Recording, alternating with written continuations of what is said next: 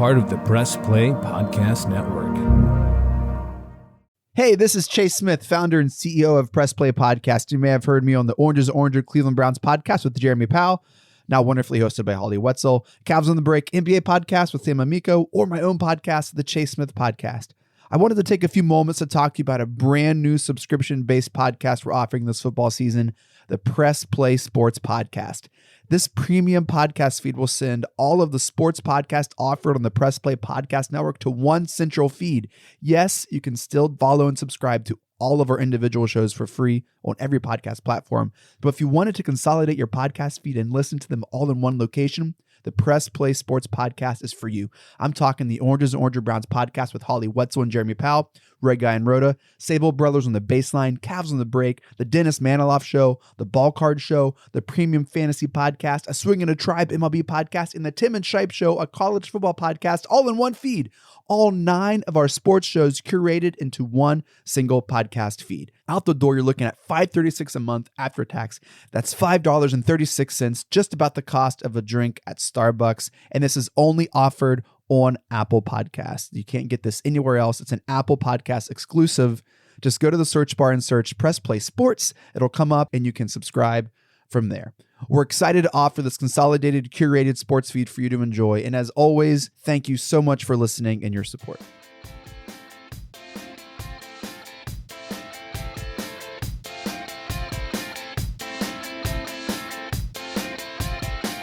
Welcome back inside Sabol Brothers on the Baseline, right here on the Press Play Podcast Network. Thanks for joining us, everyone. I'm John Sabol. And I'm Scott Sabol. So we have a special guest today. Well, all of our guests are special, but this gentleman is well, I worked with him. Let's put it that way. Back when I was in college at a batting cage facility. And it sounds like, wait a minute, what are you talking about here? Your college job? Well, he was a former major league player and he played for the Cleveland Indians, and his name is Ron Pruitt. And if you do a search back at the Indians back in the late 70s, early 80s, you'll definitely remember. And if you remember those teams, you'll remember Ron Pruitt. He played for quite a long time, bounced around a little bit. I had a chance to work with him and kind of lost touch. And here we are almost 30 years later. I know it's almost 30 years. And we have an opportunity to talk with him about baseball, about his career, and a whole bunch of other stuff. And I got to meet him when I was in elementary and middle school back in those days, which was a treat for me, seeing a former Major League Baseball player, Scott, which I got to think that's probably the first former professional athlete that I got to meet at such a young age, which was then Ron Pruitt. We'll have our interview with him and some interesting notes about his playing days and something he found out about Cleveland Municipal Stadium that he didn't know existed at the ballpark until year 3 with the Tribe. Oh man, it was funny. We have that and more coming up right after this. Mm-hmm.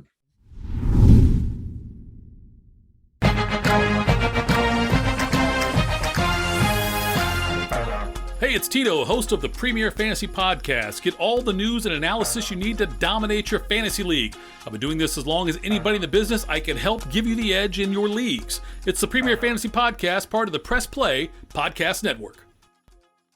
The R&R Podcast going to be rocking and rolling with you because football season is underway. College, Ohio State, the Power Fives, the MAC, the Browns. Michael Regai, are you ready to rock and roll with some football? Kenny, I've been ready. This is our time of year. This is what R&R is all about. We're going to be with you every week. Kenny just said it, Browns, NFL, Ohio State centric. So you got to stay with us all fall and winter long here on R&R. That's right. The Regai and Rhoda podcast coming to you here on the Press Play Podcast Network. Subscribe now and don't miss a show. Hi, this is Maria Gincola with Mindful MMJ Ohio. Did you know that medical marijuana has been legal in Ohio since 2016? If you have one of 25 qualifying medical conditions, you can obtain your medical marijuana card today. The most common conditions are chronic pain, including migraines and back or joint pain, PTSD, fibromyalgia, spinal cord disease or injury, and cancer. If you or someone you know is interested in learning more or to find out if you qualify, visit mindfulmmjohio.com and fill out the short pre-qualification form. The process of finding a physician, filling out paperwork, obtaining medical records, and scheduling an appointment seems like it would be a daunting process for most. But, lucky for you, Mindful MMJ Ohio will help you every step of the way to make the process quick and easy. In most cases, we can approve a qualified patient within 24 hours. And the visit is virtual, so you don't even have to leave home. So what are you waiting for? Visit mindfulmmjohio.com today. That's mindfulmmjohio.com. Let us help you be more mindful of your health and find a natural way to find relief from your symptoms.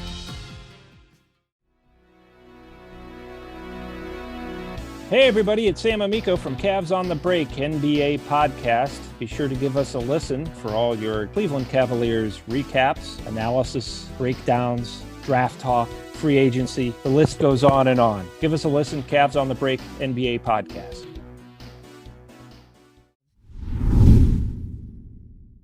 Welcome back, everyone, to the Sabol Brothers on the Baseline podcast, part of the Press Play Podcast Network. I'm Scott Sabol.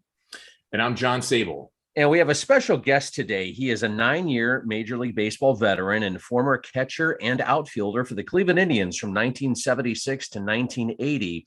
Our guest today is Ron Pruitt. Ron, it's a pleasure having you on the podcast. How are you doing? I'm doing great, Scott. Nice to see you. I know we're neighbors. I don't know if people know that or not. Well, that's funny because I was just going to say that because full disclosure, Ron lives right down the street from me. And it's funny because I didn't know this until I moved back to Northeastern Ohio almost 20 years ago.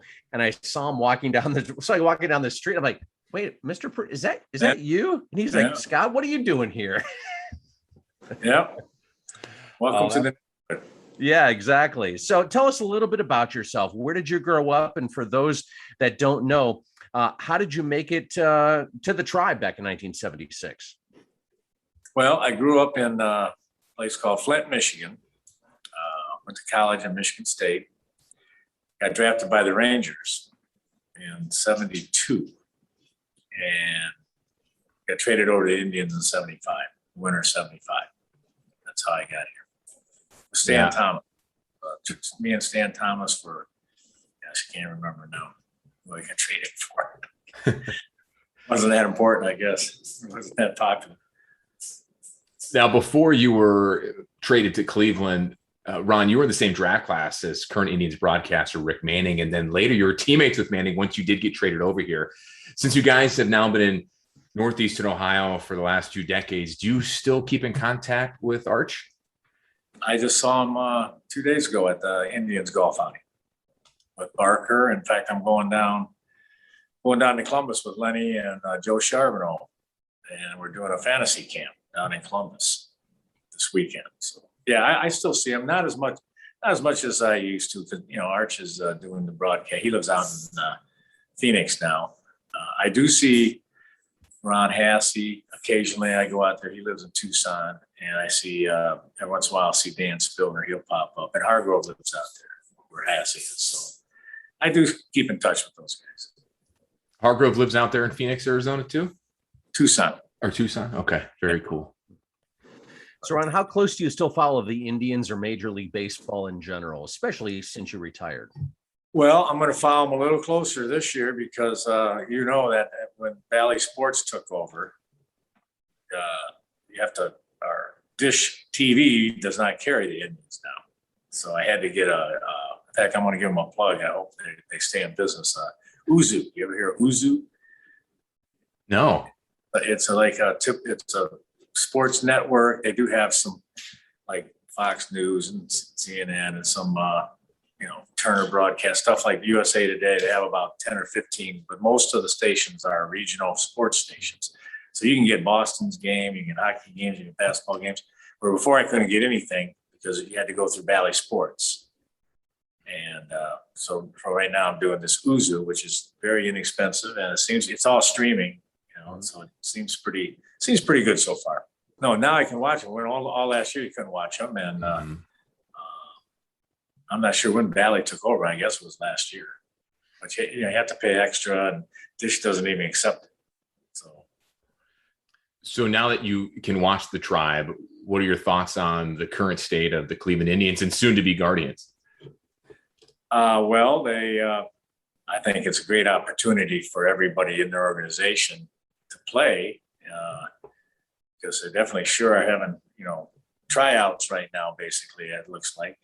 But I thought at the start of the year they had a very good team, and if you don't have pitching, I mean, that was the whole key right there. All their pitchers went down at one time, and it's just such a fine line. I think they had their best chance. They kind of missed, and you don't know when it's ever going to come back around. You got to have a combination of guys that everything clicks. And I just think of some of the years where they had great players and teams, or great players and fantastic pitchers, and they didn't win anything. So it's just such a hard.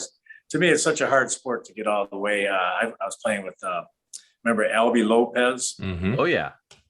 I was playing with him Monday in the group with him, and we were talking. And he's about 20 years younger than me, I figure. And he played on 2 of the World Series teams, and he won a World Series with Arizona. And there's like only 5% of the players that ever played ever make it to the World Series for one time, let alone he made it 3 times. Mm-hmm. And it's just so hard that and it's just really hard to get there.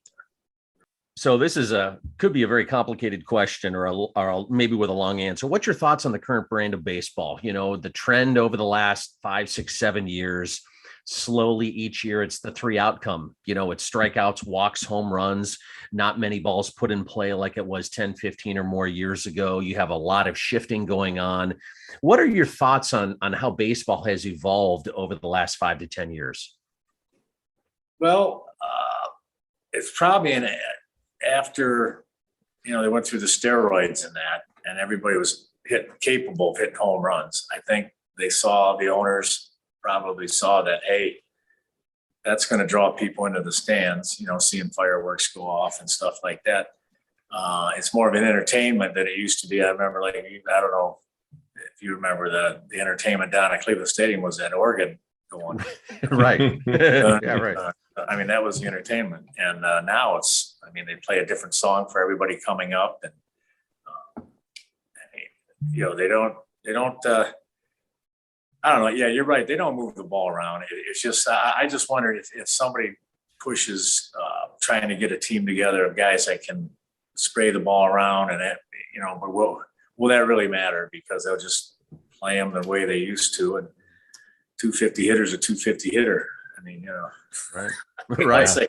Once they figure you out, they're not going to, if all the players come up there hitting behind the shift or whatever, sooner or later they're all going to just start playing you straight up, and you just become a 230 hitter or whatever the heck they are in normal life. Mm-hmm. But no, it's they go a lot more for home runs. And the one thing they don't, and I saw a stat where they said Babe Ruth struck out 1 every 8 times. Mm-hmm. And there's guys in the big leagues that strike out right now 1 out of every 4 times, 1 out of every 5 times. Right, and right. There was times when you struck out, you were in the minor leagues and you struck out 100 times, they just wrote you off. You were just a good minor league player. He'll never hit the big leagues. And I guess that's really not true. But if you're looking for an average, or I guess, like I said, it's home runs or average, and they're looking for, if somebody can have both, that's great. But I think they'd rather go for the home run every 5th time up, and than the 310 hitter that knocks in 75 runs, or they got to get the home run that can win the game possibility of winning the game every night, somebody hitting the home run. So I don't know, it's just changed. It'll probably change back. These things probably go in cycles. They copy what's going on, what's popular, and everybody's swinging for the fences. That's popular. And you're not going to have any players if you try to change it, I guess, because nobody can bunt or anything like that anymore. So right. It's kind of just, but sooner or later, it'll probably change back. Yeah, it's interesting. You just go back to the 90s with those Indians teams and you look at a box score. It was very rare that you'd see a baseball player that struck out 3 or 4 times in a game. Now you see it quite a bit, and you see the strikeout rates increase and the home run rates increase as well. And so many people think, is it good for the game, bad for the game? And this is a good segue to my next question for you, Ron. The biggest issue people have with baseball now, there's a lot of them, but I think the biggest one that they're trying to tackle is the whole pace of play. that there's too much lull, that pitchers are taking too long, guys are stepping out of the box. They're trying to speed up the game a little bit. Rob Manfred took away the intentional walk of throwing the 4 pitches, automatic first base a couple of years ago. They're trying to advance the extra inning rule, putting a guy on second base. They did that last year in the COVID shortened season. They're doing it this year. Doesn't look like it's going to happen next year, but pace of play is the big question and the big problem a lot of people have with the game. Do you agree with that? And if so, how would you change that? Well, I mean, short of turning it into 3 balls and 2 strikes or something like that, I don't know how you're going to do it. I mean, I just look at golf and there's no mention at all of changing golf from, I mean, they have a time limit, I guess they put them on the clock or whatever, but I've never seen anybody punished. They don't make you hurry up and putt if you're taking your time. And it's like, people don't seem to mind that. And they're all, people go to golf tournaments and stuff. So, I mean, it's kind of hard. I don't know how you can do it. I just think, I don't know how you can speed it up, because especially you could speed it up by not having sponsors between innings. Right. Right. Then they're not gonna do that. So, I mean, I don't know. I mean, I don't know if giving the pitcher 6 pitches instead of 8 it would speed it up at all, or most pitchers don't take 8 pitches anyways between innings. So I don't know. I mean, it's just something that the game evolves, and that's just the way it is. And I don't know. Maybe it's a part of the society's too impatient now. I mean, maybe that's, I know we used to play faster games, but it could be because we didn't strike out as much. Maybe we put the ball in play. I mean, these guys now, they're gonna at least see 4 or 5 pitches before they strike out. And back when maybe we played, with second or third pitch, we were either getting thrown out at first or getting a base hit or whatever. Maybe it's just something as simple as that. They just swing more times and it takes longer when you do that. There was a complete game Greg Maddux threw back in the late 90s. It was a 76 pitch complete game shutout.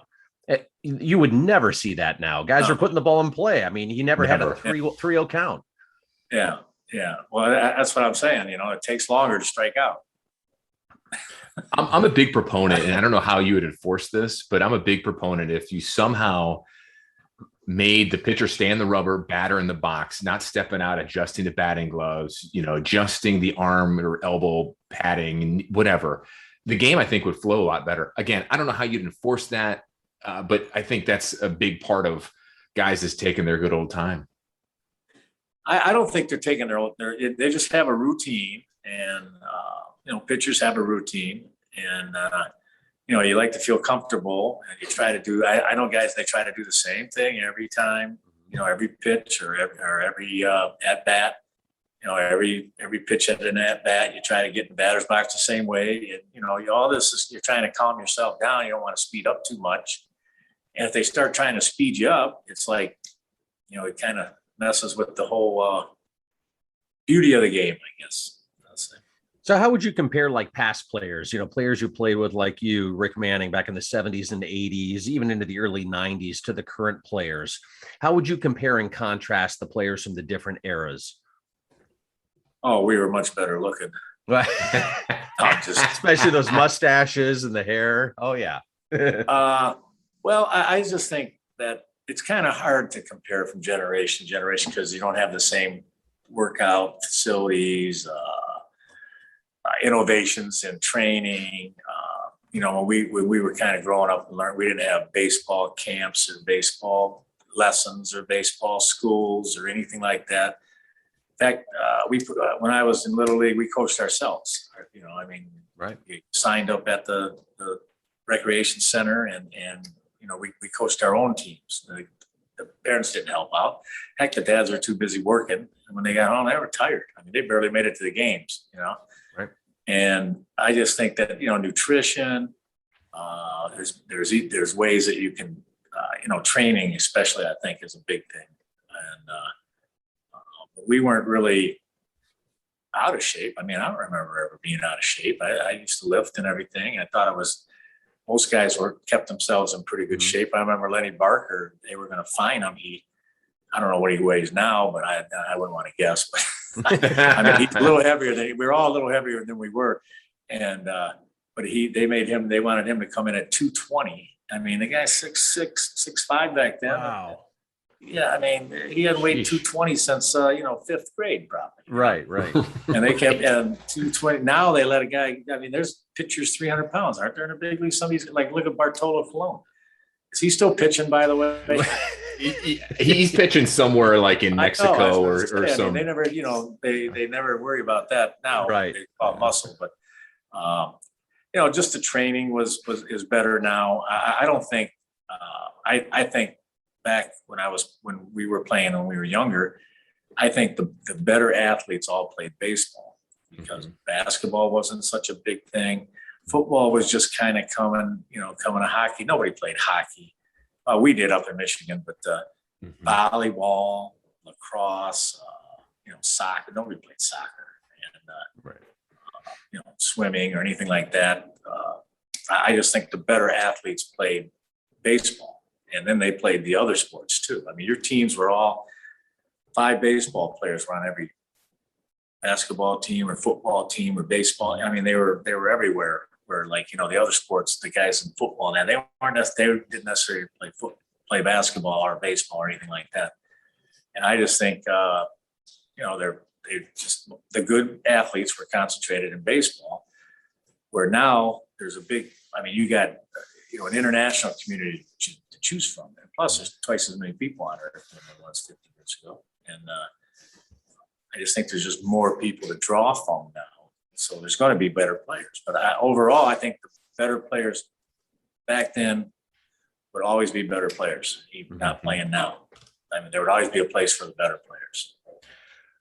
Back in your era, the power numbers were relatively low compared to the last 20, 25 years, even post now steroid era. But guys who led the league in home runs in your era, Ron, top in the high 30s, low 40 home runs per season. Now, the art of hitting the ball has really changed in the last 5 or 10 years. We kind of alluded to it a little bit ago, the whole launch angle, exit velocity. Are you a fan of this, quote, new form of analytics that had actually been around a little while? Or do you think it helps or hurts the game for, casual baseball fans? I just think it's something to occupy you and give you something to try to analyze. I mean, that's what it's there for. I think everybody that's played baseball kind of knows what a launch angle is without ever saying it. And coaches, I remember they could stand next to a guy throwing, warming up or something. They could tell you whether he had it or whether he was throwing hard or not. You didn't need a radar gun. You could tell by how guys were swinging at the pitches. If they weren't catching up to him, he was throwing hard. I mean, if 9 guys can't figure out how to, get around on him, then the guy was unhittable that day. But I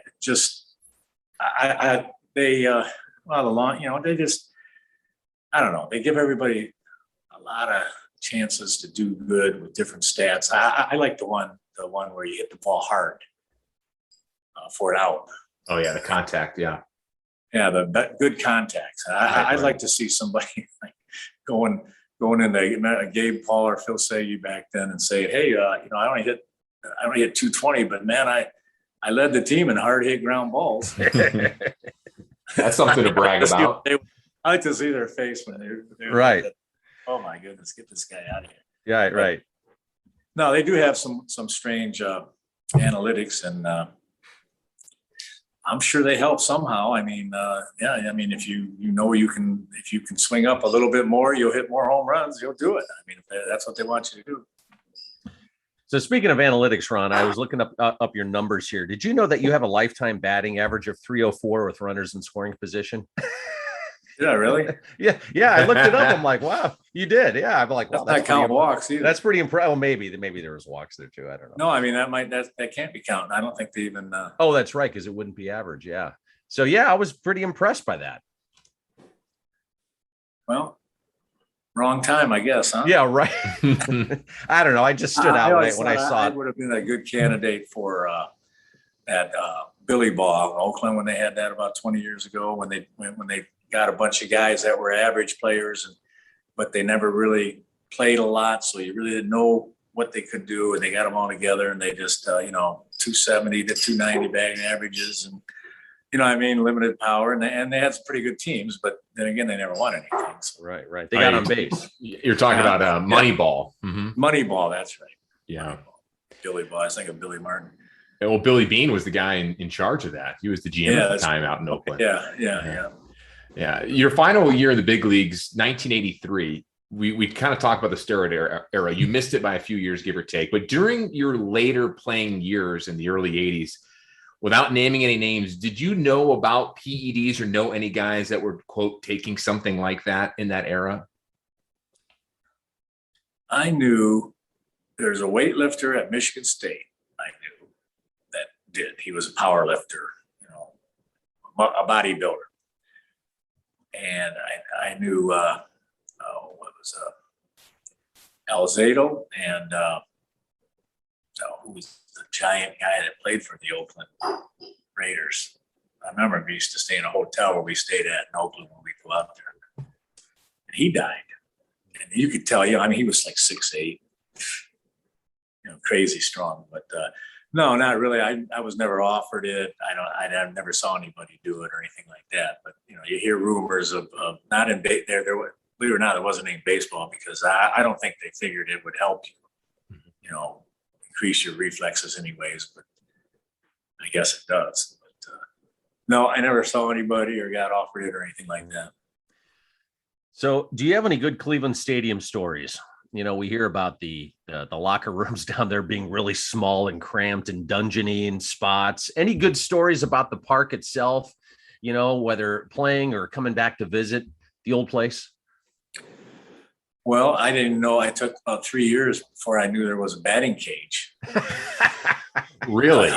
No one ever. I never had any idea. I'd see guys walking out. They'd be going like down towards right field. Our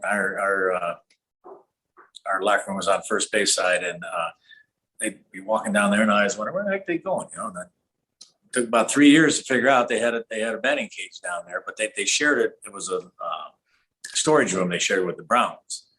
So you had to move stuff out of the way and stuff. It was just real small. It wasn't really a full batting cage, but we could go down there and take some swings if it was raining or something like that. But no, just Cy Bynack and his hockey puck hamburgers and dried up burnt hot dogs and soup. And I mean, that's all we had. That was the after the game meal. And right. Now I guess I got gourmet chefs that cook dinners for them, and it's crazy now. But no, just I don't know, just it was just fun. It was just fun. It was a cool place, and you never knew what was going to happen. Nothing strange really happened. We used to have fun when they used to bring all the circus people in. Remember when they used to have the flying Walendas or that, and they'd walk across from foul pole to foul pole and things like that. But I like the behind the fence parties. We used to go back there after batting practice, and it was just a good time. We enjoyed it. When you were here, when they tore down the stadium back in the mid 90s, did you happen to take anything before that happened, or maybe after your playing career was over, did you take anything, or did you, after you left the Indians, went on to your next team? Was there something a memento you took from the old Municipal? No, I don't think so. I probably didn't even know they were tearing it down. I might have been out of town or something like that. No, I didn't. I didn't get anything like a chair or something like that. Is that what you mean? Yeah, we talked to Eric. We talked to Eric Metcalf a few weeks ago on the podcast here, and he said he really wanted an old Cleveland Municipal Stadium seat, and he still wants one. He's trying to find one, but every time he tries to inquire about it to someone online, they try to, jack up the price. Exactly, because they know who he is, Eric Metcalf. Scott and I told him he got a little jealous at us that we told him that we have a pair each, and he was a little. How did you guys get it? I mean, you must have known when to go down there or something. Well, I'll let Scott explain this part of the story. I knew a guy who was working security at construction at the D. Well, when they were tearing it down, he goes, "I can get you a couple of seats." I go, "Okay." So he said, "Well, I'll meet you in the parking lot. I'll give them to you." So that's how I got the 2 seats back in whatever year that was. No, I must not have as much pull as you, Scott. Yeah.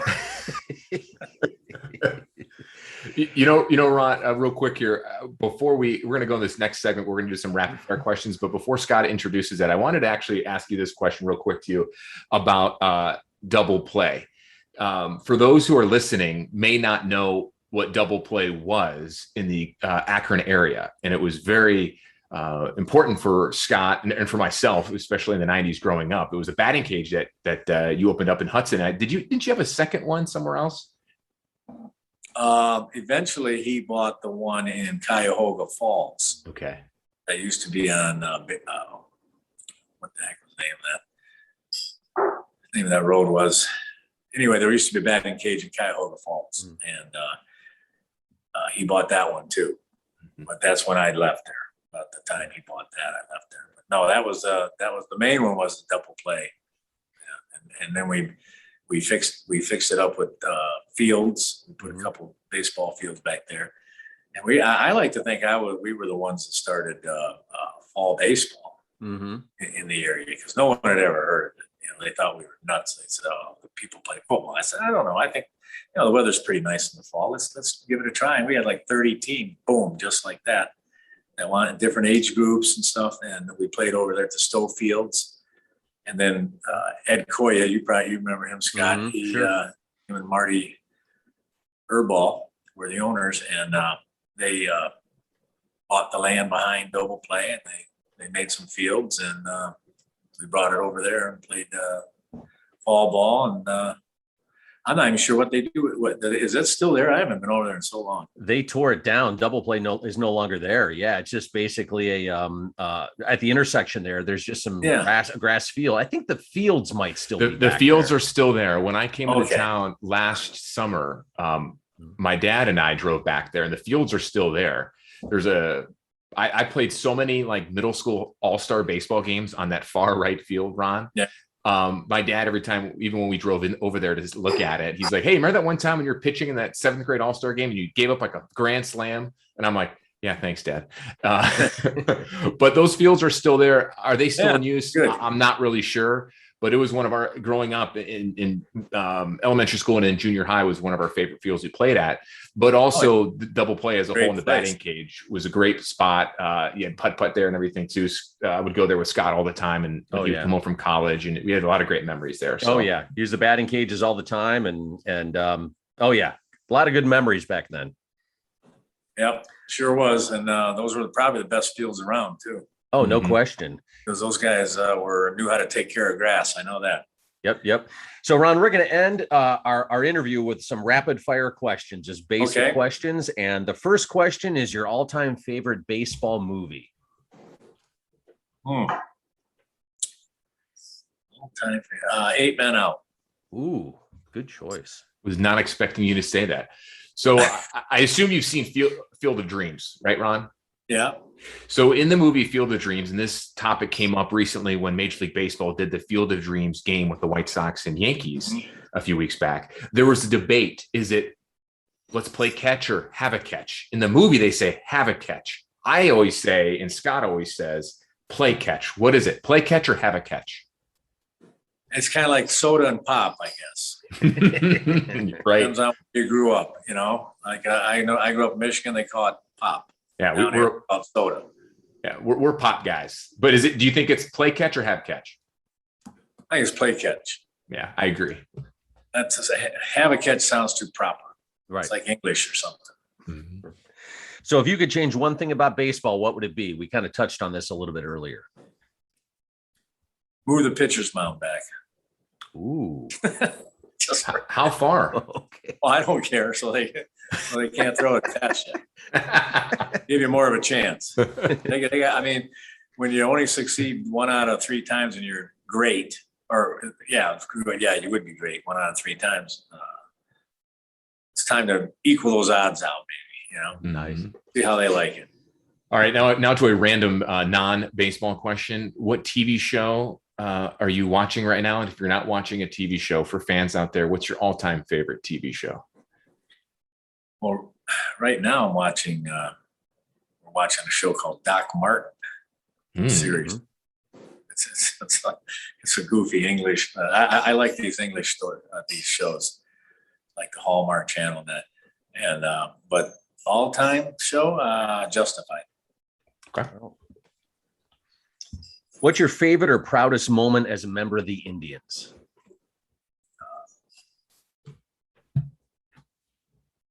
Well, as a member of the Indians, it's probably hitting with me. I think me and Paul Dade, opening day, hit back-to-back home runs or something like that. Mhm. That was probably the coolest moment for me. You know, I wasn't with the team very long, and that's the one I kind of remember the most. How many game-worn Indians jerseys from your playing days do you currently own in your closet or in a box in the basement or the attic? I have no idea. My daughters cleaned me out, I think. Oh, so they took them all? I had 4 daughters, yeah. And I was asking them a couple of years ago. I go, you guys got, you know, and they wouldn't own up to it, but I know they got a few of them. But I don't know how many I got. I probably got 2 or 3 left. But, Okay. Hats too? You know, they just didn't. It was strange. I mean, you just didn't think of, you know, I didn't think of the last day of the year taking my uniform. Mm-hmm. You know, now they probably just give them to guys when they're leaving for the year. But back then, I mean, they made sure they got every bit of equipment back.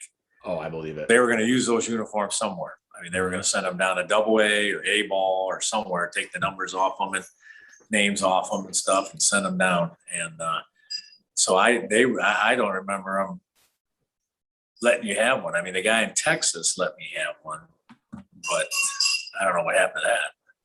I think one of my girls had it. I got 4 girls. One of them's got it. Hat? They have the hats too, or did you have the hats? Oh yeah, I got those too. Wow, very cool.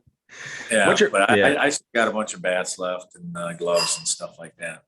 I'm hanging on to, but yeah, we're doing this fantasy camp. I got one uniform, and I told the guy, I'm not getting in this uniform, so you better have something down there to wear. Oh, he said, well, we got some. Don't worry. Oh, that's funny. Oh, What's your favorite restaurant in the area? well, probably Sully's downtown there in Medina. Mm-hmm. But we found a new one just recently. I kind of like. I think it might turn into someplace we might hang out. Remember the old Tavern of Richfield? Mm-hmm. Oh yeah, Richfield. Yeah, there's a Ukrainian restaurant up there now. In the same building? And In the same building? yeah, oh yeah. They remodeled. It's been there. I guess it's been there a year or two, but with COVID, you know, they probably didn't have such a good year. And Trevisano's, we go to Trevisano's up there in Strongsville. We'll have to let Mark Price know that, because when we had him on the podcast, he told us when he was a member of the Cavs and lived in Hudson that his favorite restaurant he would always go to was the Tavern of Richfield, and he was bummed to know that it's not around anymore. Obviously, it closed years ago, but yeah, we used to hang out there. I remember. I don't remember hanging out when Price was there, but I know Lambeer and maybe that was back when Price was there. But you know, Campy and those guys, we used to always go out there. Austin Carr. yeah. And, you know, when Rich Rollins was working for the Cavaliers and Stepien was the owner. Mm-hmm. Ted Stepien was the owner. We used to go out there a lot. And Mel Rose, I was good friends with Mel Rose, and he died really young. I remember that. And I don't know, just raising kids, you just don't eat out as much, I guess. Right. Oh, absolutely. You probably know that. Oh yeah. Ron, who's your favorite teammate when you're a member of the Indians? Probably Lenny Barker. And you know, there was a few guys. Me and Lenny, and Archie, and Dan Spillner used to hang around a lot. But probably Lenny. And the final question: what's the toughest pitcher you faced in your career? The toughest pitcher.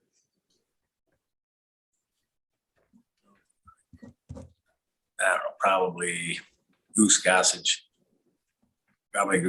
Something like that. Yeah, they were all tough. I mean, you know, even the supposedly easy pitchers were tough if they had good stuff that day. Right. You know? And they're all capable of getting you out anytime. And but probably Goose Gossage was probably the scariest. And left-handed, I'm guessing Ron Guidry, even though I did take him deep one game, but he was still pretty tough. I mean, you know, you got it. But I always played against him all these left-handers, and I don't. Back then, the majority of left-handers were good pitchers back then. I mean, they were some of the best pitchers in the league, and I always got a chance to play against them, unfortunately. Yeah, probably Goose Gossage and Guidry. Yeah, facing Gossage would be pretty intimidating with that nice mustache. Yeah, would, especially like I said, when you don't usually face. It had to be somebody. Somebody didn't want to bat, or somebody doesn't want to bat, and they send me up there. That's what it usually was. About the 8th, 9th inning, someone would get a sore arm or hurt their finger or something, and 6-3 game, and Gossage has already struck out 2 guys, and here I come. Throwing you to the my wolves. little pop-up somewhere, Right. Yeah. All right. Oh, that's too funny. Well, Ron, we want to thank you very much for joining us. We always like to do, talk about the old days, with the Indians and just Cleveland history, and your perspective on that is something that we really wanted to get. So thank you very much for joining us here this evening. Stay healthy. I'll probably see you around the neighborhood. You're right around the corner. Yeah. Well, thanks for having me. I enjoyed it, guys. And it was just, I've stayed here in Cleveland. I really like the area. And I got to do a shout out to my girls, Veronica and Stephanie and Natalie and Ayla, and my little granddaughter, Aria, and my wife, Lorraine. Very cool. Ron, thank you so much for hanging out this evening and talking to us. We appreciate it. And always love talking old school stuff, especially Indians with a former player like yourself. Anytime. All right. You got it, Ron. Hey, thanks. All right. Take care. All right. I can't believe that they didn't know that Cleveland Stadium didn't have a batting cage for 3 years. Nothing against them. There was just no batting cage. Did he not get the memo? How does Ron or how did some of those players not know that existed? That's so funny. Is classic. He said they had to move all the brown stuff out of that warehouse, out of that room, so they could put a batting cage. It reminds you of Major League. It reminds you kind of like Major, doesn't it? But that's how it was back in the day. And that's how it was. We interview these players, Scott, and we read books about the old stadium and things like that. And we always hear funny stories like, okay, the locker room was disgusting. It was small. There was rarely any, hot water, kind of like the movie Major League. It was damp. It was cold. It was windy. Oh, by the way, we have a batting cage here. And it took Ron Pruitt 3 years to know. And by all means, we're not making fun of him. It's just funny that it took him that long that the Indians organization didn't communicate that or somehow did not get to him. Right. Exactly. And they just ate hot dogs and hamburgers in their post-game meal. And they went on, with their evening. So it's cool too, that he still keeps in contact with Len Barker and Dan Spillner and all those guys from back in the day, doing, various golf outings and fundraisers for the Indians and the community. That's always good to see. Yeah. And especially Rick Manning, who was actually drafted in the first round, before him, which was cool to know. And then a couple years later, after he went through minor leagues, he got traded to the Indians, and he and Manning were teammates. Right. Exactly. Very cool. Well, we hope you enjoyed this episode of Sabol Brothers on the Baseline podcast right here on the Press Play Podcast Network. We once again want to thank you, the listeners, for listening and subscribing on our podcast channels on Spotify and on Apple Podcasts. And of course, another thank you to Ron Pruitt. That'll wrap it up on this edition of Sabol Brothers on the Baseline podcast, all part of the Press Play Podcast Network. We'll see you next time.